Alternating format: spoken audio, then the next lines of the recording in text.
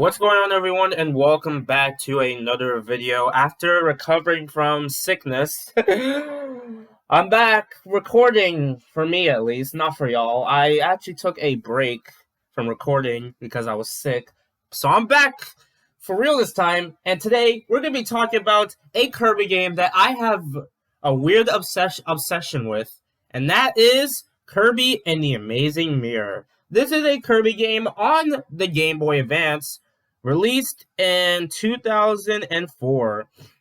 And I gotta say right now that I have a weird, like I said, I have a weird obsession with this game. I replay this game at least once a year. Why is that the case? Time to find out. Alright, let's start with the plot of the game, shall we? So, there's Mennonite. No, it's not Mennonite. Why am I still stuffy? I thought, whatever. There's a character called Dark. It's a Mennonite, but Dark. Dark Mennonite, per se. He sees a mirror that splits into multiple pieces, including Kirby, who splits into different color Kirbys. Yellow, red, and green. And it's up to the Kirbys to save the Amazing Mirror. So yeah, that's the plot of the game. And this Kirby game plays a lot more different compared to the other mainline Kirby games. And I gotta say right now, when it comes to the gameplay, like, the gameplay itself, it plays very similar to Kirby Nightmare Dreamland, which I believe came after this game, I think? Something like that. But the concept of this one is very different, unlike the other mainline titles. If you played Metroid before, you're in for a treat. This is what people call it, a Kirby Metroidvania game, where you basically have to go in different doors to find treasure chests hidden in different locations to 100% the game, of course. Just like pretty much how Metroid plays, yeah, that's pretty much what this game is. It's like exploring to different locations and figure out where to go. And I gotta say, despite me, I am a huge Metroid guy. Well, okay, I did play this game years back, sort of, on a website that no longer exists, unfortunately, so I can't share it for reasons. But I did play this game. I wasn't big on Metroid back then. That was when I did play a bit of Super, but that was about it. I didn't really get into the series that much until Dread came out. When I started playing the other Metroid games. Play Metroid Prime, by the way, it's so good. But now that I'm a huge Metroid guy, I gotta say that even then, I was obsessed with this game. Like, the concept of it was so cool, exploring different locations and just, you know, figure out where to go. And also just different abilities, too. I didn't even talk about that, but yeah, I guess we could talk about the different abilities here. Some of them are pretty cool, like Smash, Bomb, Burning, Cutter, Fighter, Fire, Hammer, one of my personal favorites, and you have some new abilities as well. Cupid, yeah, that exists. You have Magic, which is pretty cool. You have Mini for helping through obstacles, and Missile, which is cool. And Smash Bros! Yes, there is an ability based on the Smash Bros. Ability, which is honestly really cool. So yeah, I really love the abilities in this game, for sure. I gotta say. So with the treasure chest, you get a music notes, you get spray paint to change your color when you restart your game. And I think that's pretty much, yeah, you get also items too, like 1-ups, health, all that stuff, where you get a chest. You do have to get all the chests 100% the game. There are 9 areas to explore. And there are 8 shards, being the first area being Rainbow Route, being like the basically the main area, I guess. So yeah, and you also have to get all the goals too and stuff. So yeah, there is a lot to do in Kirby and the Amazing Mirror. And why this game is so engaging to me, I don't know. It's a nice short Kirby game that even if you play it casually, you'll have a fun time with it, honestly. And yeah, and now with the other Kirbys joining your adventure, this is where the multiplayer comes in play. Now, if you do have the multiplayer of excuse me, if you do have to wait to play with multiplayer, and it's coming, and by the time this recording, maybe it's out on the Nintendo Switch, you can play multiplayer, and you can do two things. You have the R button to call Kirby's when you need help, and you have the L button to return back to the hub world. So, yeah, there's some unique,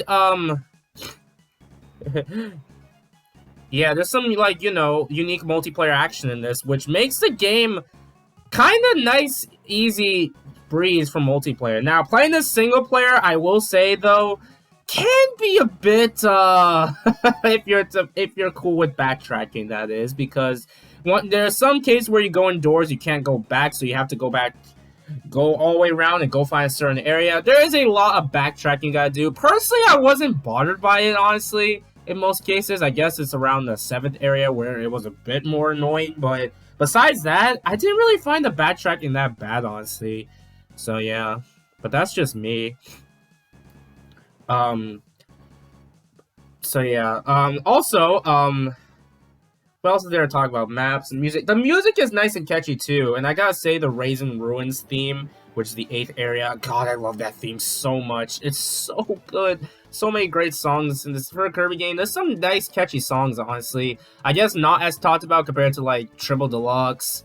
I mean, obviously more people are going to be familiar with those games, but still, Amazing Mirror has some nice soundtracks. So yeah. So yeah, that's that. Other abilities and stuff. I think I pretty much talked about the main stuff, like the multiplayer, call your friends. Yeah, yeah, I think that's all I got to talk about. I guess the bosses, too. The bosses can be a bit... They're fun. Some of them are fine. Some of them can be a bit annoying. Especially in the 5th area. But otherwise, I like the bosses, honestly. They're pretty fun to fight. And the theme. I like the theme, too. So, yeah. Alright, I think that's all I really want to talk about for Amazing Mirror, I believe. Yeah, I think I pretty much talked about every major thing. So yeah, now there are some flaws with this game, I guess, with the backtrack. Like I said, the backtrack is one thing, and then you just gotta go all the way around. So playing this single player may be a bit underwhelming, so I definitely feel like it is designed for multiplayer, but I don't know. I can replay this game as many times as I want, surprisingly. Just have a fun time, honestly. There really needs to be a new Kirby game like this again, honestly. Like, come on. Actually handle it pretty well, so yeah. Excuse me. And, yeah, let's go ahead and talk about the, ending now, shall we? After getting all the shards of the Amazing Mirror, Kirby and the gang, you grab the Master Sword. Well, eventually you do. You have to fight Meta Knight first. Dark Meta Knight, per se. You have to fight Dark Meta Knight first, and then you fight the main boss himself. Gotta search up the name. Hold up. Dark Mind, yeah, that's his name. Took me a while to realize the name. You have to fight Dark Mind with a few phases and stuff. And, yeah, after being Dark Mind, you save the Amazing Mirror. And that's the game. So, yeah. Also, there's some sub-games, too. 3 sub-games, per se. You have the Speed Eaters, be quick to eat fruit before others. You got Crackety Hack, where you time your punches and then you punch. See how far you go, which did return in Kirby's Return to Dreamland Deluxe. And you have Kirby Wave Ride, where you jump off the waves to get a nice boost. That's probably my personal favorite, honestly. So, yeah. And you also have the Boss Endurance, which is the typical arena that you get for most Kirby games. So, yeah. And, yeah, that's Kirby and the Amazing Mirror. I gotta say that, yes, Amazing Mirror is amazing indeed. I don't know if it's a top 5 Kirby game. My opinion on Kirby games can change. Is it unironically in my top 5, to be honest? I don't know, but I just really love this game, and I really wish they would make another Kirby game sort of similar like this. They really need to do one, honestly. Like, a lot of people want Triple Deluxe and Robobot port to Switch, which I won't be against that, but I just want another Kirby game like Amazing Mirror. Hopefully I'm not the only one. But anyway, yeah, that's Kirby and the Amazing Mirror. Thank you guys for watching. If you guys play this game, what do you guys think of it?